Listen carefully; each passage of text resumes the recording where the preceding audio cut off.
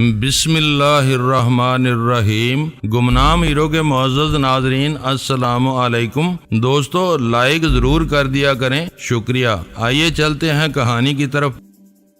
پرماتما کے لیے انہیں کچھ نہ کہو تو پھر بول دو اپنے ان لوگوں سے کہ اس 1 گھنٹے میں سے 45 منٹ گزر چکے ہیں۔ اچانک آبی نے بنڈاری کو تاک کر اس کے سر کے اوپر سے گولی چلا دی۔ ڈاز کی سی آواز پیدا ہوئی۔ بنڈاری تڑپ کر بستر پر اوندا ہو گیا۔ اٹھ جا اوئے مکار بوڑھے، اٹھ۔ آبی نے اس ڈرامے میں اپنا پارٹ ادا کرنا شروع کر دیا تھا۔ بنڈاری لرزتا ہوا اٹھ کر بیٹھ گیا۔ خوف سے اس کی پتلیاں پھیل گئی تھی اور اس کی پتنی آنکھیں بند کیے کوئی پرارتھنا کرنے لگی تھی اپنے بھگوان سے۔ اچانک اس کمرے کی کھڑکی پر برآمدے کی طرف سے 2 پولیس افسر آ ٹھہرے۔ ایک چیخا، بنڈاری صاحب ہمیں بچا لو، ناتھو جی بھگوان کے لیے ان کو جو یہ چاہتے ہیں دے دو، دیر نہ کرو ناتھو جی۔ بنڈاری نے کھڑکی کی طرف بھاگتے ہوئے کہا۔ میں نے پھر اٹھ کر اس کی پسلی کے ساتھ پستول لگا دیا۔ کھڑکی کی جالی میں باہر سے ناتھو کو بنڈاری کی صورت نظر نہیں آ رہی تھی۔ وہ اس کی آواز ہی سے اندازہ لگا رہا تھا کہ اندر کی صورت حال کیا ہے۔ پیچھے ہٹ جا اب کچھوے کی اولاد، بیٹھ جا ادھر، میں نے بلند آواز سے کہا تاکہ ناتھو بھی سن لے۔ وہ سامنے ہی کھڑا تھا، دانت پیستے ہوئے بولا، ان کو ذلیل نہ کر جلانی ورنہ میں تیرا خون پی لوں گا۔ خون سے پہلے میں کچھ اور نہ پلاؤں تجھے ناتھو، تیری دھرم میں تو جائز ہے وہ چیز، کیا خیال ہے؟ اس نے مجھے یہ موٹی سی گالی دی جس کا جواب میں نے ترکی بے ترکی دیا۔ وہ میرے شیر کا جواب نہ پا کر پیچھے ہٹنے لگا تو میں نے کہا، سن ناتھو، میں ان کو پاکستان پہنچ کر رہا کر دوں گا اور یہ ہیلی کاپٹر میں واپس آ جائیں گے، یہ میں تجھے یقین دلاتا ہوں۔ اتنے میں مجھے کسی ہیلی کاپٹر کی آواز بہت قریب آتی سنائی دی۔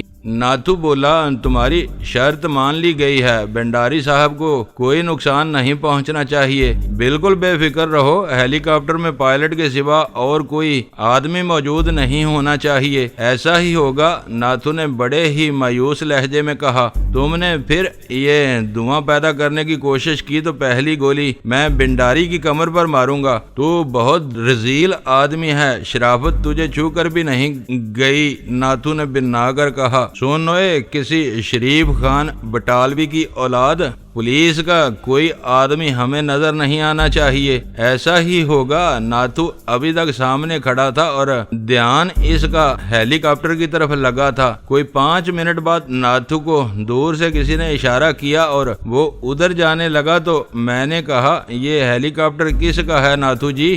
یہ سول ایوییشن والوں کا ہے۔ تو پھر جلدی کرو، ہیلی کاپٹر کو سامنے لان پر لے آؤ، وہ کھلی جگہ پر کھڑا ہے، تم باہر آ جاؤ۔ ناتھو نے اب کی بار لہجے کو پرسکون بناتے ہوئے کہا۔ خوابگاہ کا ایک دروازہ برآمدے میں کھلتا تھا۔ میں نے آبی سے کہا کہ وہ دونوں عورتوں کو لے کر باہر نکلے۔ آبی نے ان کو جانوروں کی طرح آگے ہانکا، چلو آگے لگو، کوئی گڑبڑ کی تو گولی آر پر گزار دوں گا۔ یہ کہہ کر آبی نے ان کو پستول کی زد میں لے کر دروازے میں سے نکالا اور خود بھی تیزی سے ان کے ساتھ جا ٹھہرا۔ نال اس نے مسز بنڈاری کی کمر سے لگا رکھی تھی اور پنہ کو اس نے اپنی ڈال بنا لیا تھا۔ اس کے پیچھے میں بھی بنڈاری کو پستول کی زد میں لے کر برآمدے میں نکلا۔ ناتھو وہاں سے ہٹ کر سامنے پورچ میں جا ٹھہرا تھا۔ اس کا چہرہ اس گھڑی دھواں دھواں ہو رہا تھا۔ اب ہمارے سامنے بھی پولیس تھی اور پیچھے بھی۔ ہم نے ان تینوں کو بہت محتاط انداز سے برآمدے میں اتارا۔ ہیلی کاپٹر کوئی 100 گز کے فاصلے پر کھڑا تھا۔ میرے ایک ہاتھ میں پستول تھا اور دوسرے ہاتھ میں وہ چھری جو میں نے بنڈاری کی میز پر سے اٹھائی تھی۔ ایک ایک لمحہ قیامت بن کر گزر رہا تھا۔ دائیں ہاتھ گھاس سے بھرے پورے خطے میں بھی کوٹھی کی دیوار کے ساتھ آگے سرو کے درختوں کے ساتھ پولیس کے مسلح سپاہی کھڑے تھے، مگر وہ کچھ بھی نہیں کر سکے، ہل بھی نہیں سکتے تھے۔ بنڈاری ان کے لیے بہت اہم آدمی تھا۔ وہ اس کی زندگی کے لیے بڑی سے بڑی ندامت جھیلنے پر تیار تھے، ورنہ وہ اگر کھلے ہوتے تو وہ بڑے شیز اور جوان تھے، ہمیں لمحوں میں زیر کر سکتے تھے۔ تیز چلو بنڈاری جی، تیز چلو، میں نے انہیں ڈانٹتے ہوئے کہا۔ اس نے اچھل کر دوڑنا چاہا تو میں سمجھا کھیل بگڑ گیا، مگر فوراً ہی میں نے اس کا کرتا پکڑ کر اسے روکا اور پھر میں اس کے ساتھ بھیڑ کر آگے بڑھنے لگا۔ ہم چند ہی منٹوں میں ہیلی کاپٹر کے پاس جا پہنچے۔ آبی سمیت ان چاروں کو اوپر چڑھا کر میں نے چاروں طرف نظر ڈالی اور پھر میں بھی ہیلی کاپٹر میں جا بیٹھا۔ اس کا انجن گر گر کرنے لگا تھا اور پنکھے ہوا کاٹ رہے تھے۔ چند ہی لمحوں بعد ہیلی کاپٹر اوپر اٹھنے لگا۔ انہوں نے اپنا وعدہ اور ہمارا مطالبہ پورا کر دیا تھا۔ ہیلی کاپٹر میں ایک پائلٹ کے سوا اور کوئی نہیں تھا۔ ان تینوں کے چہروں پر موت ایسی زردی کھنڈی تھی۔ آبی نے سکھ کا گہرا سانس لے کر سگریٹ سلگا لیا، بولا، بنڈاری جی آنند سے بیٹھیں مہاراج، اب فکر کی کوئی بات نہیں ہے۔ تو بھی خوش ہو جا مس انڈیا، ساری فکریں دور کر دے۔ آبی نے اپنے پستول کا رخ پائلٹ کی طرف پھیر لیا تھا۔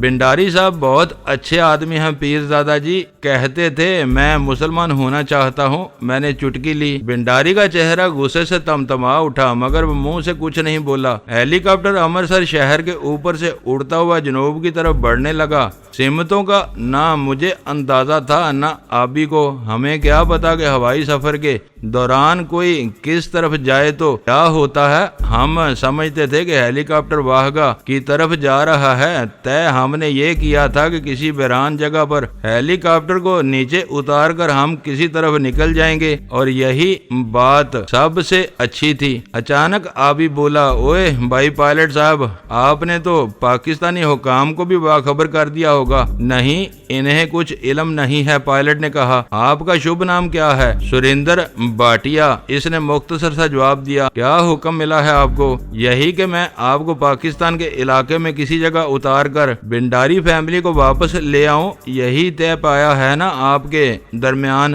ہاں، اب آپ ہمیں کہاں اتاریں گے؟ دیکھیں، میں آپ کو ادھر سرحد پر کسی جگہ اتار دوں گا۔ ادھر آبادی نہیں ہے اور ایسا راستہ مجھے معلوم ہے جہاں رینجرز بھی زیادہ نہیں گھومتے۔ سیدھا پاکستان میں جا گھسا تو وہ آپ کو بھی پکڑ لیں گے اور مجھے بھی۔ ابھی بولا، آپ کو بھی وہ ضرور پکڑیں گے اور پھر چھوڑ بھی دیں گے کیونکہ آپ مجبوراً آئے ہیں۔ اس سے بہتر ہے کہ میں اپنی سرحد کے اندر کسی پاکستانی گاؤں کے سامنے آپ کو اتار دوں۔ پائلٹ اچھا آدمی تھا اور اسے ہم سے کوئی ضد نہیں تھی، مگر وہ اتنا سنجیدہ تھا، یوں لگتا تھا جیسے وہ ابھی رو دے گا۔ ہیلی کاپٹر کا سفر جاری تھا اور وہ ابھی تک بھارتی علاقے میں اڑ رہا تھا۔ میں نے گھڑی پر نظر ڈالی، 20 منٹ گزر چکے تھے۔ کتنی دور اور جانا ہوگا ہمیں؟ آبی نے بے چین ہو کر پوچھا۔ ابھی کوئی آدھا گھنٹے کا سفر باقی ہے۔ یہ جو آج میں آپ کے سامنے اپنے غموں کی پوٹ کھول کر